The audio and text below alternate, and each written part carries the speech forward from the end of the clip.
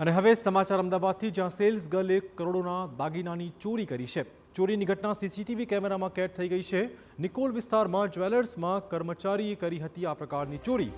વીંટી, chain, lucky, બુટ્ટી, મંગળસૂત્ર લઈ આ સેલ્સ ગર્લ રફુચક્કર થઈ ગઈ છે।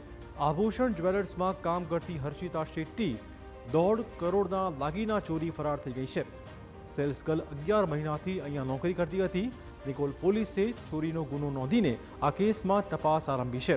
અમદાવાદના નિકોલ વિસ્તારમાં આવેલા સોના ચાંદીના જ્વેલર્સના શોરૂમમાં સેલ્સ ગર્લ તરીકે કામકાજ કરતી યુવતી શોરૂમમાંથી 20-25 લાખ નહીં પરંતુ લગભગ 1.5 કરોડના દાગીના ચોરી ફરાર થઈ ગઈ છે। શોરૂમના યુનિફોર્મ એવા સૂટ અને પેન્ટમાં દાગીના મૂકીને માલિકે રજા આપી છે, તેથી જઈ રહી છે તેમ કહીને શોરૂમમાંથી નીકળી ગઈ હતી। શોરૂમમાં મેનેજર, સેલ્સમેન, માર્કેટિંગ સહિત કુલ 19 લોકો કામકાજ કરી રહ્યા છે। 11 મહિના પહેલા શોરૂમમાં હર્ષિતા શેટ્ટી નામની યુવતી સેલ્સ ગર્લ તરીકે જોડાઈ હતી। 11 મે 2026ના રોજ બપોરના સમયે માલિક ઘરે જમવા ગયા હતા ત્યારે શોરૂમના મેનેજર અને સ્ટાફના લોકો હાજર હતા। દરમિયાનમાં આ ચોરીની ઘટના બની ગઈ।